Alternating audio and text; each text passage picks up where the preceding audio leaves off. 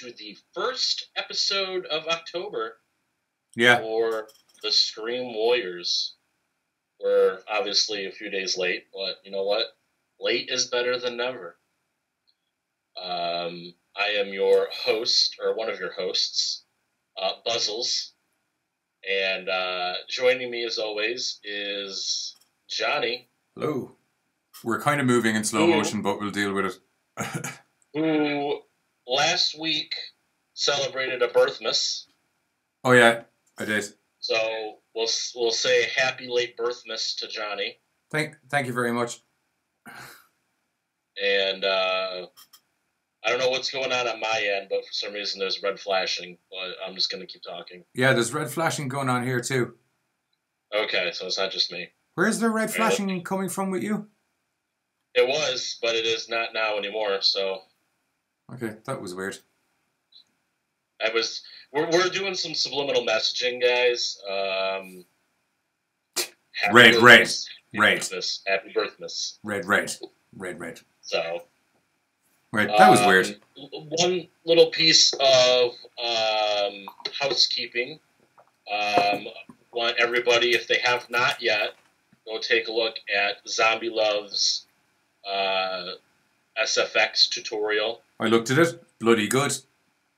Yes, very bloody good. Our first. Yes. Touche. She did a good job, and I did an awesome job adding music to it. My first editing job. So. Yeah. Pat on my back. I'm proud of you, buddy. With you. So, yeah, this is the first, like I said, the first episode of the month. Have you been doing a lot of horror movie watching this 10 days of the month of October yet? Do you know what? I actually haven't. I've been doing predominantly... Watching this... Okay, cool. I'm just going to keep an eye on the stream here instead of on the computer. No, predominantly I've been watching nothing, and I've been making horror movies. That's even better. Yeah, because like heavy schedule with the Gorecast, just the month that's in it and stuff for the TV show. So loads of short films and stuff coming out and things of that nature this month. Yeah, so a heads up for everybody, if it sometimes seems that we may be having things at an uneven pace, Johnny's way too busy for us and has more important things to do. Johnny's a one-man production company and co-hosts the show. So, ow, and breaks his teeth. Ow, I didn't actually break it. A live tooth broken. Yeah, I haven't really watched much either. I watched the Evil Dead remake. Nice. That's always good. Yeah. And then I watched 28 Days Later. I like 28 Days Later. It's I'm ordinarily it's like it handles slow-paced zombie movie very well. It had a very or should I say Walking Dead really ripped off that, I think. Stylistics wise, how they handled it in the opening season, if memory serves me correctly. Yeah. I watched Friday the 13th 3 and 4 yesterday, actually. They're great. I'm a big F-30. Did you just fucking fly? Did you just... Okay, that's fine. I swear to God, I thought I saw one just like that directly into my coffee. And as you can see, Johnny and myself are representing the Bullet Club today. With our t-shirts. Yep. So yeah, it's only, like I said, it's only what, the 12th today? Oh yeah, it's the 12th. Yeah. So we missed the first half of Halloween, pretty much. My previous statements of look for a lot of content coming in October means one video so far in 12 days. Well, look, life happens and people weren't able to get stuff done. So we had initially thought there was going to be more because I knew I was going to be up the walls with the other thing. So yeah, well, As I said, life We're moving happens. on, and we'll hopefully next year we're going to be a little bit smarter when it comes to content on here. Yep. We're still a baby channel. We're only a couple months old, so Yeah. I don't know what the hell I'm doing. So, oh well. So this week's topic. You're doing Ed the Gein. intro. Oh, that's right. Well, I meant the intro to the episode. I'm not introing everything. Oh, this week's topic, which I'm sure you've probably ascertained because you're probably not watching myself and Buzz in slow motion and probably read the sign above our heads, is we're covering Ed Gein. The general case, or should I say the case in general, because he's a fascinating son of a bitch, and his influence on horror, because there's several of the main horror heads that people would know that are all spurred from Mr. Gein. So, Mr. Gein was born on August 27th, 1906. And he died on July 26th of 1984. So he was 77 years old when he passed. So 180. What's that? It's 180. Yes. 1 year after Deadly. That'd be 1 year before, one before Buzz, I guess, because that was 85. 1 BB. Yes, there you go. You said VD, so. No, you don't want that. So Ed Gein was the youngest of two children. He have an older brother. And also, which is never written in the history books, the craziest of two children. Yeah. Ed's father passed away in 1940, and then his brother also passed away, and then his mother passed away. Now, what that gets into is his mother was very, very, very strict on the boys' strong Christian upbringing. Yeah. So Ed and his brother were very, very secluded. She actually had the family move from the city of La Crosse, Wisconsin, and moved to Plainsfield because she wanted to get out of the busyness of La Crosse and the different sins that the city brought. Wisconsin, where I'll be in March. Yeah. If they let me out of the country. Out to a farm out in Plainsfield, Wisconsin, where there was nothing to seduce the young Gein boys. You think that? You think that? So his brother passed away. Some people think he was actually murdered by Ed. I don't remember how old he was exactly when his brother passed, which then left Ed and his mother. His brother's name is Henry. He died in May 16th of 1944. So Ed would have been in about his 30s, or almost his 40s, I think. Because if he was born in 1906, the fuck? He'd have been like 38 when his brother died. And then his mother died in 1945. Yeah. From a stroke. So the reason why I'm kind of going into this whole family thing is this is where, especially with his mother, the relationship that she had with Ed is what kind of a lot of people are thinking that kind of drove him insane. I mean, not just that fact, but... Well, at the risk of...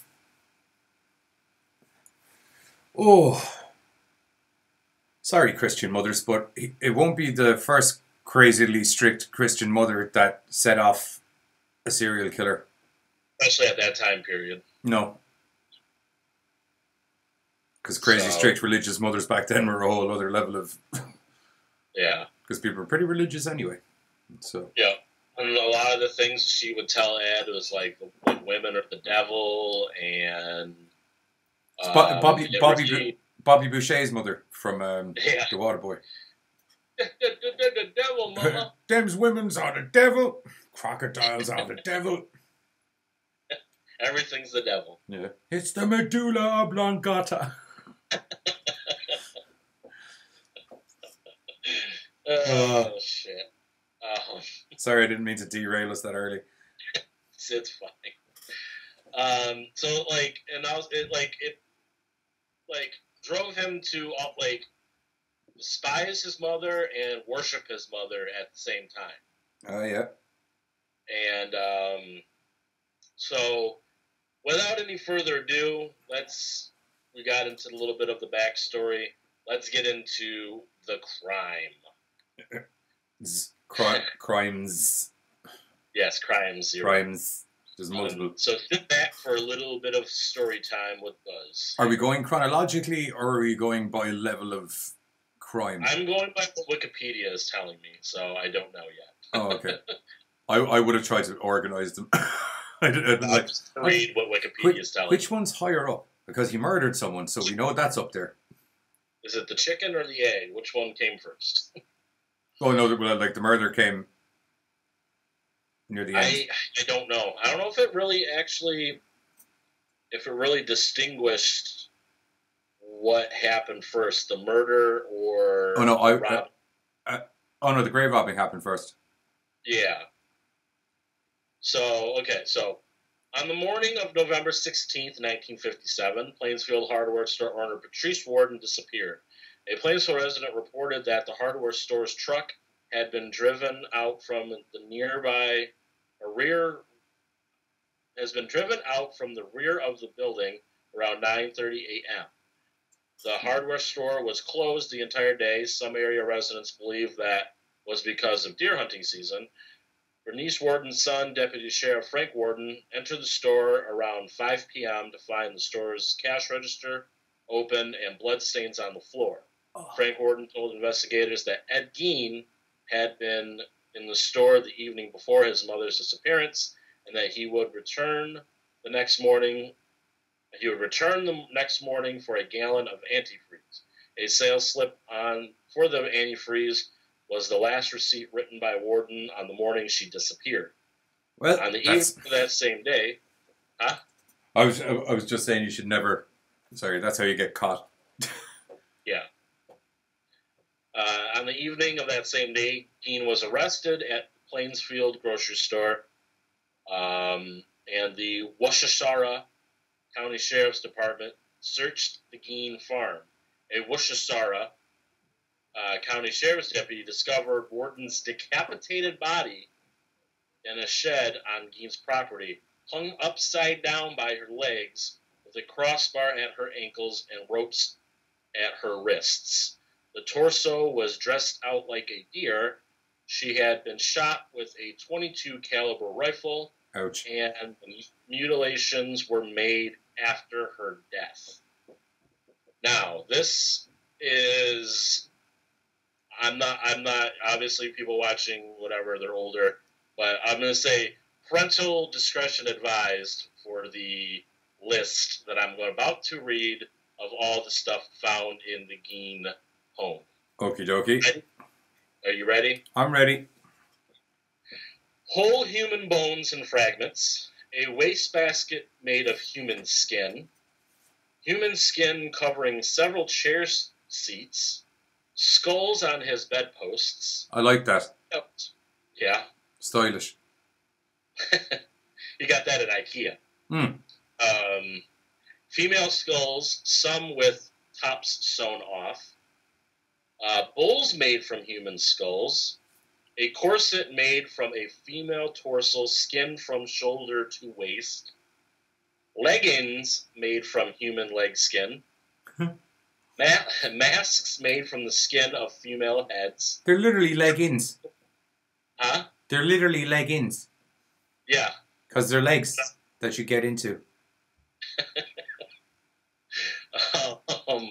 Mary Hogan's face mask in a paper bag, Mary Hogan's skull in a box, Bernice Warden's entire head in a burlap sack, Bernice Warden's heart in a plastic bag in front of Gein's pot-bellied stove, 9 vulva in a shoebox, a young girl's dress, and the vulvas of 2 females judged to have been about 15 years old, a belt made from female human nipples, 4 noses, a pair of lips on the window shade drawstring, a lampshade made from the skin of a human face, fingernails from female fingers. That's everything there. Take a minute to digest that. It's a nice list. Yeah. It says when Gein was investigated on it, that between 1947 and 1952, he had made as many as 40 nocturnal visits to 3 local graveyards to exhume recent buried bodies. That's the thing. He only actually killed 1 person, didn't he? 2. 2? He was charged for the death of Mary Hogan and Bernice Warden. Oh, okay. And then everybody else was all grave robbed.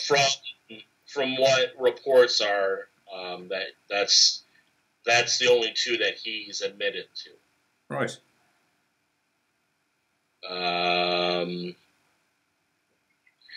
Soon after his mother's death, Gein began to create a woman's suit so that he could become his mother to literally crawl into her skin. Gein denied having sex with the bodies as he explained they smelled too bad. Yes, that's the only reason you shouldn't have sex with the dead bodies.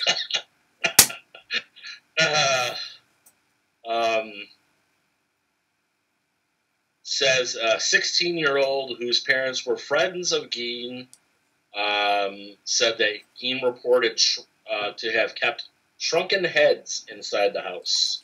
I'd say he did. This is so juicy. I'm going to caffeinate. There we go. Says Gein was also considered a suspect in several other unsolved cases in Wisconsin, including the 1953 disappearance of Evelyn Hartley. Well, you see, the problem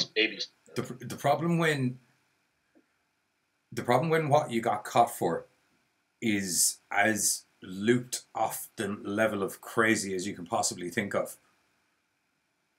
is you're going to start coming to question for a lot of other things that have happened in recent days. Literally what has happened since he was 16 years old and will work from there. Yeah, oh boy, that was a bit just to read. So in 1968, doctors determined Gein was, or actually, hold on. 1957, Gein was arraigned on 1 count of first-degree murder, where he pleaded not guilty by reasons of his sanity. He was diagnosed with schizophrenia and found mentally incompetent to stand trial and was submitted to a mental institution. I'd say he fucking was. He was sent to the Central State Hospital for the criminally insane. It was a maximum security facility. Now, in doing, watching a couple of documentaries on Gein, for doing a little bit of, like, I've known the story fairly well, but just kind of getting up to date. When he was in that mental institution, not mental. Yeah. A lot of the people that worked there said he was like an ideal patient. Like, kept to himself, sat in the corner, read a newspaper, not really. But then sometimes he would come out and make a little joke about random like creepy jokes about like Sorry about killing that. people or something like that. It was great watching you try to do your little catching the fly thing there. Oh no, I hit the little effort. Let's clarify. I don't know if he's dead, but he definitely got a warning. Yeah. So, about 9 years after he was put into the institution, doctors determined that he was mentally able to stand trial. Right. And then that began on November 7th of 1968 and lasted 1 week. Gein was, I'm trying to see, he was found guilty on November 14th. And I don't see, obviously, life in prison, I guess. I don't see the... Oh, I don't see you letting him out. Yeah. Oh, no worries. We'll go, let the guy who makes suits out of humans. On March 27th of 1958, the house was destroyed. Gein's home. It was by a fire. Arson was suspected, but the case was never officially determined. When Gein learned that his house was burnt down, he said, "Just as well." I'd say he did. Excellent. They've burnt all the other evidence. Gein's car, which he used to haul the bodies of his victims, was sold at a public auction for $760 to a carnival sideshow operator. Nice. Who then charged 25 cents a piece for admission to see it. Would you? I suppose I would for 25 cents. Oh, yeah, for a nickel, or for a quarter, yeah. I'd definitely go see it. Gein died... You sound like the Tasmanian devil there. Yeah, sorry. Gein died in July 26, 1984, right, at the age of 77, to respiratory heart failure secondary to lung cancer. 57? 1984. He died in 1984. Oh, yeah. Yeah. He was sentenced in 1957. 1 year, 80. Yes. 1 year after Deadly. Or before. Or, yeah, after. No BD for me, before Deadly. I don't know, whatever. So, sorry for this red flashing that seems to be going on. Every time I do this after Deadly joke, it starts flashing. Yeah, you see, look at that. It happened again. Stop effing saying it. I like it as a unit of time.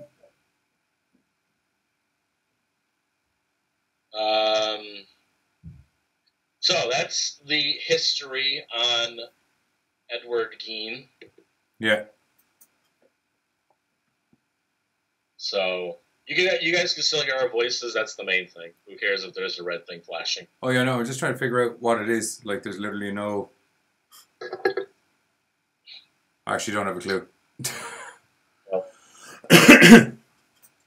So we'll get into now the movies that kind of have been inspired. There's three of probably well-known ones.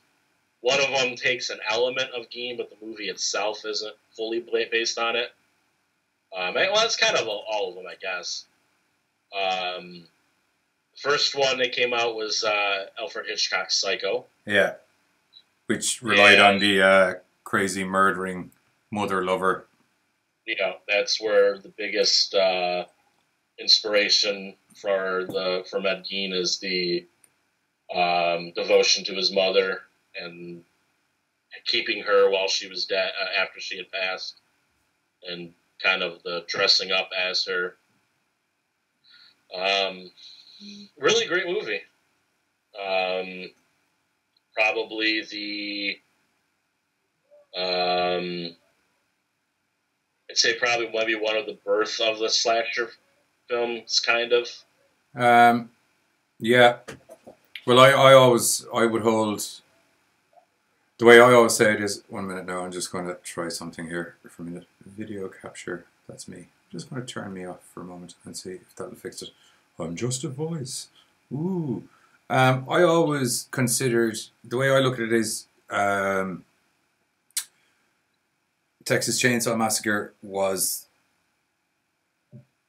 what's the best way of describing this? Because there was another movie called Psycho. No, not Psycho. Anyway, I always considered the birth of the slasher evolution at Texas Chainsaw Massacre, and then perfected in Halloween. Yeah, I can go with that. Can't remember. I mean, I would say, I guess maybe Psycho might be more psychological, or than maybe slasher. Well, there's not a lot of people get murdered in it. No, I guess there's just a little bit of elements of a little different.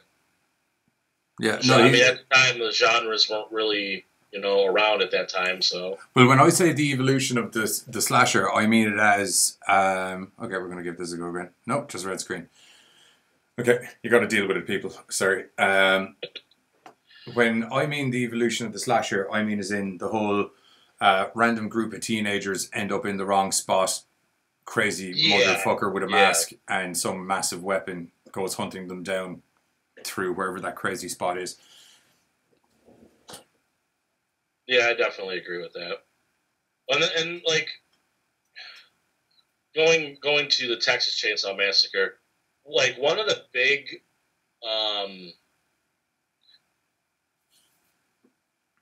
like one of the most incorrect things about that movie, and it's because the movie states it itself, is that it's inspired by a true story. Well, it's based on a true story, which it is. The events in itself did not happen.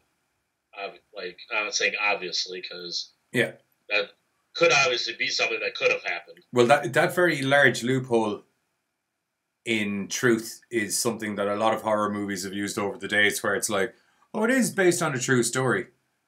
Phenomenally loosely. Exactly. And a lot of people think that it's I'm watching the Texas Chainsaw Massacre. It says it's based on a true story, which means some maniac family killed people with chainsaws and da-da-da-da-da-da. That part didn't happen. No. Interesting fact is the way the chainsaw got worked in to the movie was director Tobe Hooper was at a local store, I believe a Sears, I think he said. Yeah. And he was standing in a really, really long line. Yeah. And he was getting slightly annoyed. And just for some reason in the distance, his vision was towards the hardware department and saw a chainsaw sitting there.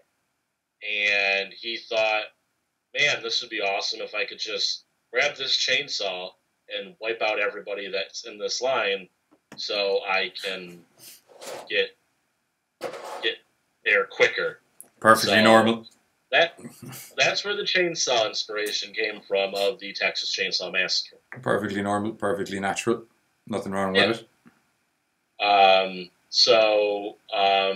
Like I said, Texas Chainsaw Massacre, I would probably put that up there with definitely my top 5 of all time.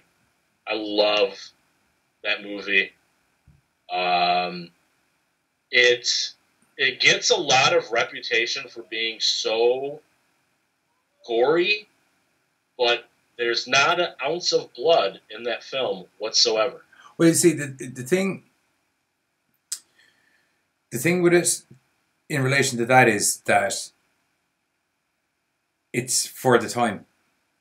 Yeah. It's like Last House on the Left.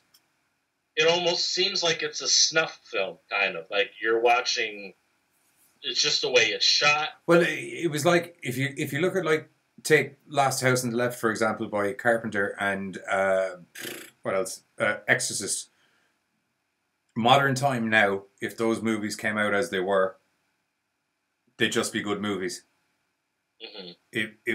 people had not adjusted to what's the best way of putting it? People had not adjusted how fucked up society actually is at that time, because it was back in like the early 60s and 70s, and there was still that kind of element of it's only certain areas. If you go to certain areas, and then bad stuff happens. Whereas now it's just people are fucked.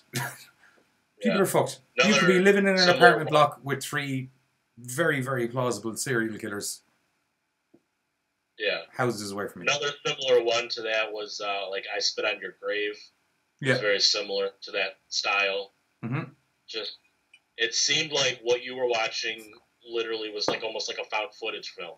Like you were literally watching these people going through what you were watching. Well, it's just one big rape movie, isn't it? Well, I Spit on Your Grave, yeah. Yeah, like the original was very much 50-50. The remake was very much, we get the rape out of the way nice and quick, and then just murder spree for the rest of it. It was more about the revenge aspect. Yeah, but the original movie was very much the prelude to the girl getting raped, and then the revenge aspect of it. But I digress, because we're not actually, that has nothing to do with anything we're talking about. Yeah. But yeah, so the inspiration obviously with Leatherface is the human, the suit, the skin suit, the mask. Yeah. A lot of the shot, like from the beginning, where they kind of showed the which you can see up here. There's a nice little. That's a fake human jacket, actually, that some guy made, or it could have been a real human jacket. I don't know. Yeah. Where they showed all the kind of furniture that was made with or had decorations of skulls and skin and all that kind of stuff. So the problem was he had flair, a passion for interior design and flair, and he was just born in the wrong time. Yep. Because now he could just literally go down to what you call them in the States? Discount store? Yeah. Buyers you get a Walmart. buttload of skulls, go get some fucking spider webs, creepy up the place. Store. Yeah. Skulls, spider webs, you can get, crazy clowns. Millions of things. Just born out of his time. Yeah. That's the moral of the story here is Ed Gein, born out of his time. Yeah, don't let that be the moral. He was cougar for Cocoa Puffs. Oof. I'm still slightly taken aback. Like I knew everything that was found, but when you sit there and just read the list, it just kind of it's tough. It's tough read. I don't know. I don't know. Is it? I'm one of those crazy possible serial killers that lives in apartment blocks near people, or what? Or I'm just desensitized from too many years of horror movies or whatever other subculture bullshit you want to blame it. None of that affects me. I'm just like, oh. Well, and it's and the other aspect with it. The only major thought that went through my head as you rattled off that list was skulls on the bedpost actually sound pretty cool. Yeah, it's not human skulls. No, I'll buy fake skulls or human skulls that I've bought and purchased. Yeah, not done myself. It's not a hard, whack a screw in the bedpost, whack a hole in the fucking skull. Yeah, done. It's actually not a bad. Another aspect, going slightly back to Psycho and Norman Bates. I have no problem going back there. The kind of he was Ed Gein himself was a very quiet person. Like nobody expected this monstrosity from. I think I just made up a word. I don't even think it came out the way I meant to say it. For people who use the English language, he was trying to say monstrosity. There you go. Thank you very much. I haven't been drinking yet. That's later tonight. I have been drinking. I have not. I have been drinking a Coca-Cola Classic. I've been drinking a Jack Daniel's Classic. Yeah. Well, no, I've been drinking coffee on the show. Celebrate my birthday for tomorrow, so I'm going to have some tonight. Is your birthday tomorrow? It is. Oh, happy pre-birthday. Well, thank you. That's gas. We've done one podcast after my birthday before yours. Yeah. Madness. Sandwich between the birthdays. We should do a birthday party one next year. Yeah, we should. There'll be Johnny and Buzz present drinking. We could actually do a birthday live stream where we just get shit faced for 3 hours, just chat to people.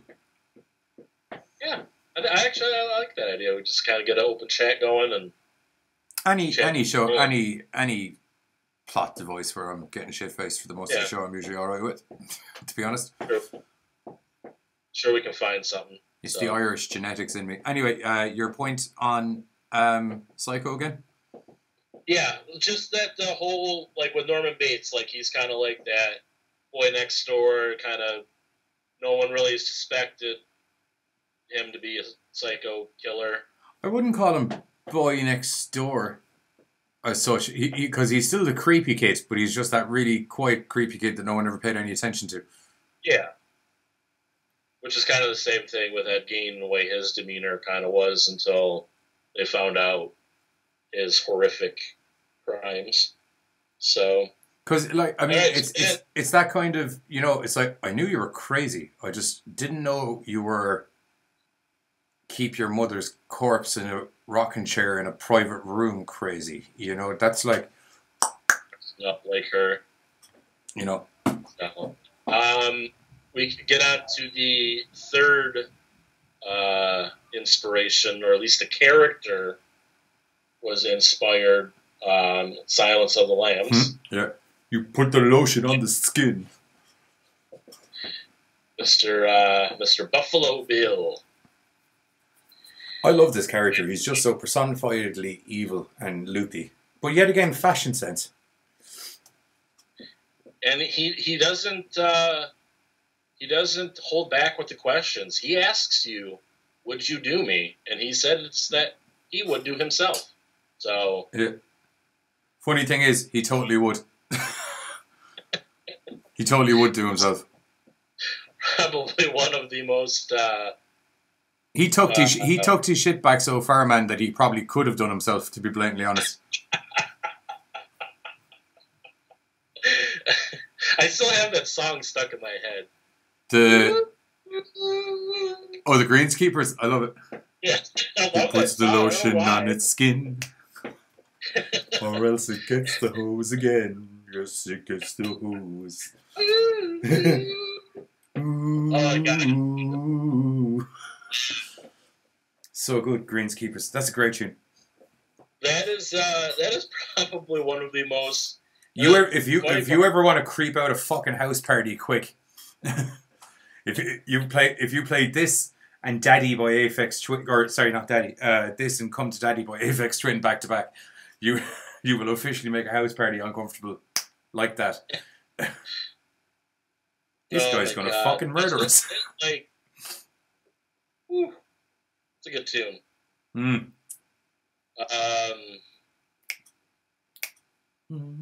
This would probably, obviously, will go down as one of the more successful movies of the three. Do you think, because of all the Academy Awards that it?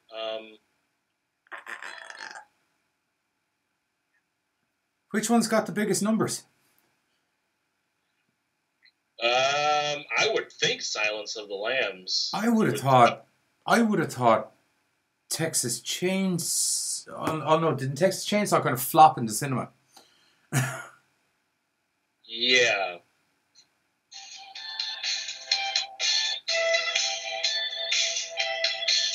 What's that? It's a song. That's not the song. It's the song he does when he's dancing. Who? Oh, I thought you were talking about I had the... I'm also talking about when he's like, "Would you do me?" He's putting the lipstick on, this song's playing. I don't feel we can actually listen to that without talking our junk. It's a good song. You distracted me. I'm sorry. Like, I know I'm distracting, but that's another level. What are we checking now? I'm just you keep talking and I'll keep talking and I'm just going to check what would be the best way. So we're just gonna keep talking. All right. Yeah, what like about the topic at hand, obviously. Yes. I would have. I mean, I guess just because it has a ton of awards doesn't, I guess, make it the biggest successful. Yeah, but look, I'm going to say it, and it'll probably come up as give it another fucking 5 or 6 years of this, and this will be on our conspiracy theories list of shit to talk about. But the Academy Awards are fucking rigged. Everybody fucking knows it. Do you know what I mean? Yeah.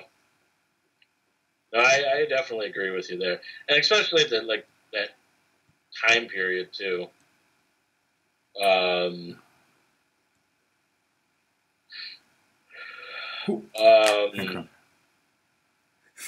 So Texas Chainsaw Massacre made $30.9 million.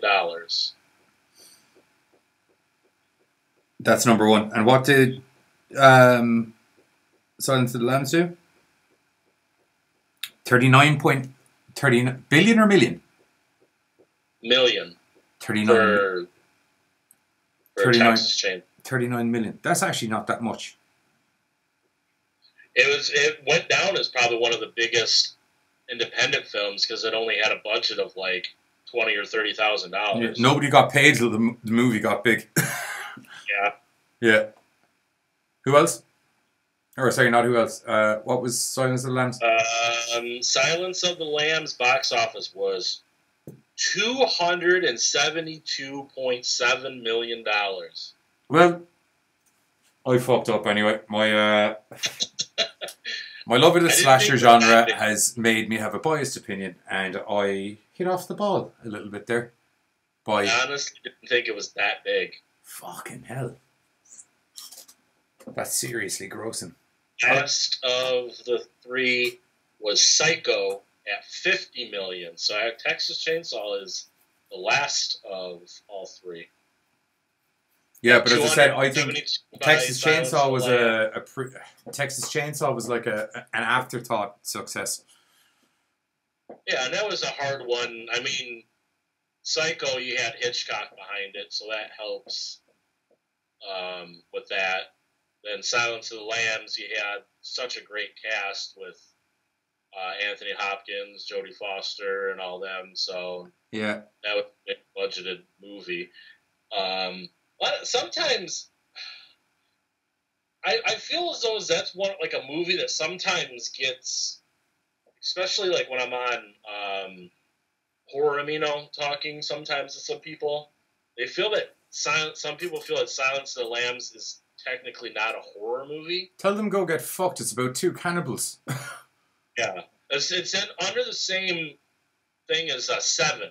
I always get a lot of people who say Seven's not a horror movie. It's a religious horror movie. I'll fucking slap it up if you want to debate about it. I hate when people do that. I hate just because it has a heavily influenced crime drama element to it doesn't make it not a horror. Yeah, that might be a good topic to have in a future episode, like movies that people kind of don't think as horror genre, but definitely are. But like, oh fuck! You see, this is shit like that wrecks my tits. I didn't even want to be getting into this right now. It's like, if you're going to say stuff like that, then you should go get Pan's Labyrinth, and you should go get Mama, and you should get all of those fucking movies and kick them out of the horror bloody category as well, because they're fantasy movies. Yeah, with a horror element to them. Dark fantasy, nevertheless, but fantasy movies. They're not what people call horror. If a serial killer mentally torturing a detective and then getting out in the loose and eating people, and if another serial killer who eats people and then fucking slices them open and wears their fucking skin afterwards does not make for a horror movie, I don't know what the fuck. I think that's like primary horror right there. Like, there's nothing not horror about that. But I digress. I may have opened up a can of worms that I may have. Well, when people say that's not a horror, what people are actually saying is, oh, there's a lot of talking in it, and there's not a lot of killing. Yeah, I know, but when the people do get killed, they get fucking murdered. A guy got his face eaten off in a fucking elevator. Yep. Do you know what I mean? I'd still say that scene from Seven is one of the scariest, like, scenes that I've ever seen in a horror movie where the dude's on the bed. For gluttony, is it? Yeah, I believe so. He's been left alive for a year, and then they come and find him, and he wakes up, and he's like freaking out, and just the way he looks and everything. Oh God. Yeah. That wasn't makeup. They got someone for that, I think. I think so. If memory served me correctly. So Christian Bale, probably.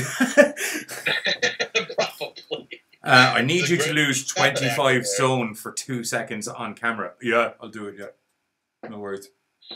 That's so, fine.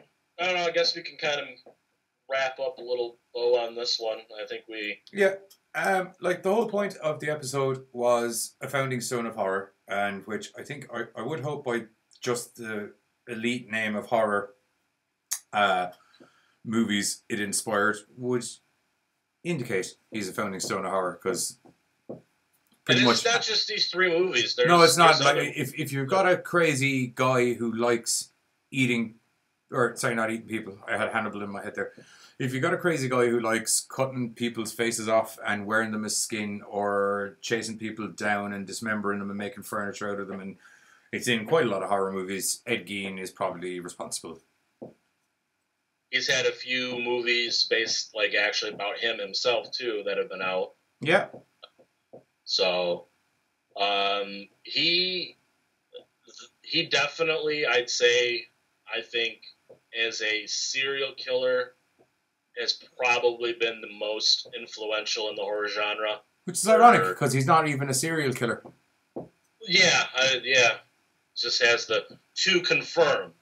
Like I said, we can only go off of speculation, but he's only admitted to 2 murders.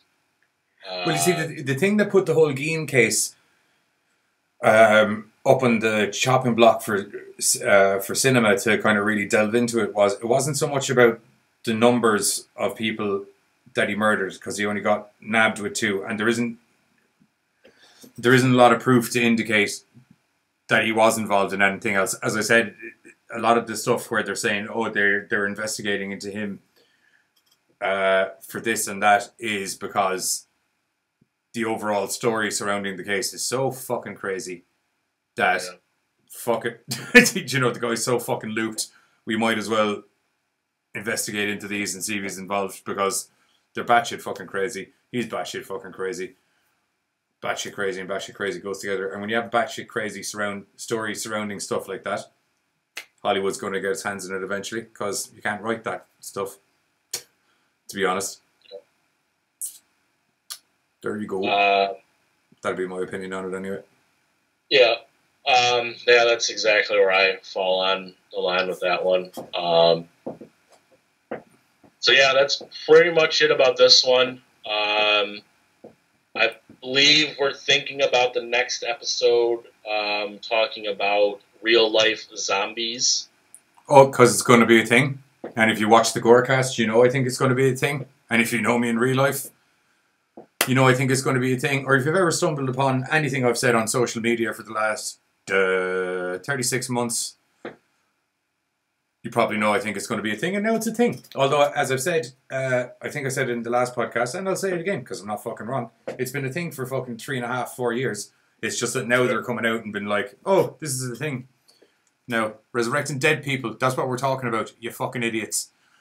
That's what the next podcast is about. Resurrecting dead people. And I never thought I'd have to do a podcast on this. Resurrecting dead people and why it's a bad fucking idea.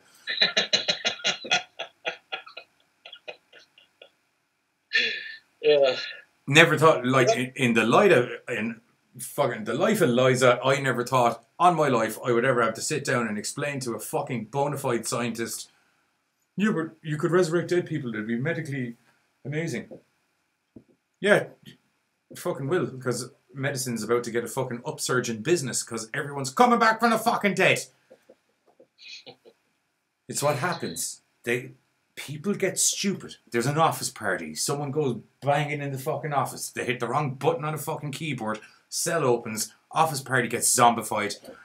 You got fucking zombie scientists running all over the place, and then some motherfucker shows up to fucking drop off some fucking mail, gets bitten by a crazy cunt at the fucking door, and then goes off on these fucking post office journeys again for the rest of the day until he goes, and then fucking starts eating people on his fucking postal route. Yep. That's all I have to say. Yep. Yep. It's why if you look at the studio, there's a lot of the decorations here that can be taken off a wall and can murder the fuck out of people. I'll just say the next episode is going to be a good one. Yeah. Hashtag triggered. Did you see Venom yet? No, I haven't. I've heard, I've read bad things, but I've heard good things. I'll, as a non-spoiler review, because I saw it the day before it came out. Yeah. Don't read the reviews. Go into it with an open mind.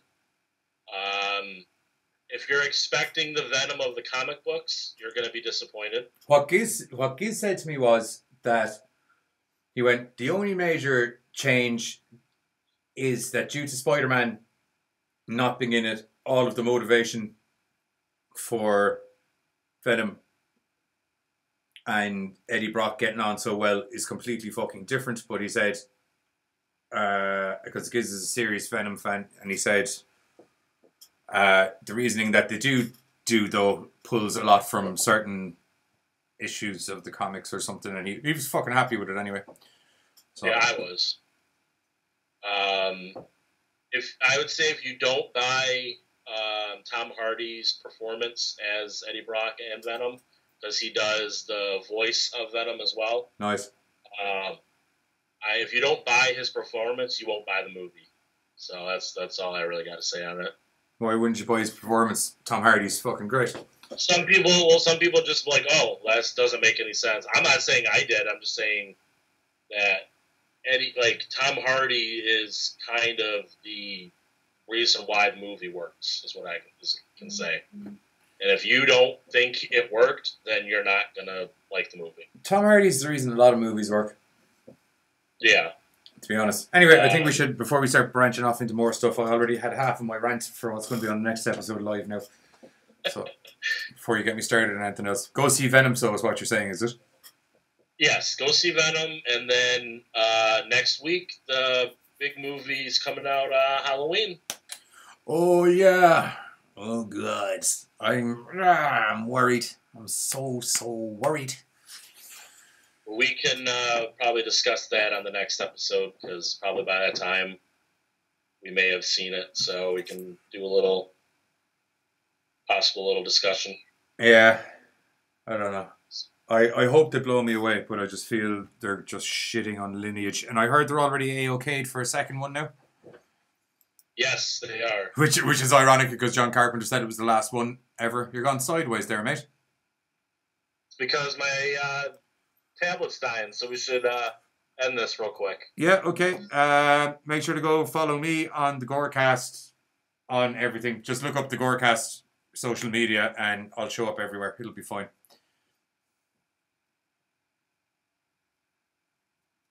And you can follow Buzz. If you type in Scream Warriors on Twitter, we'll show up very quickly, because I do believe Buzz's battery's died and gone.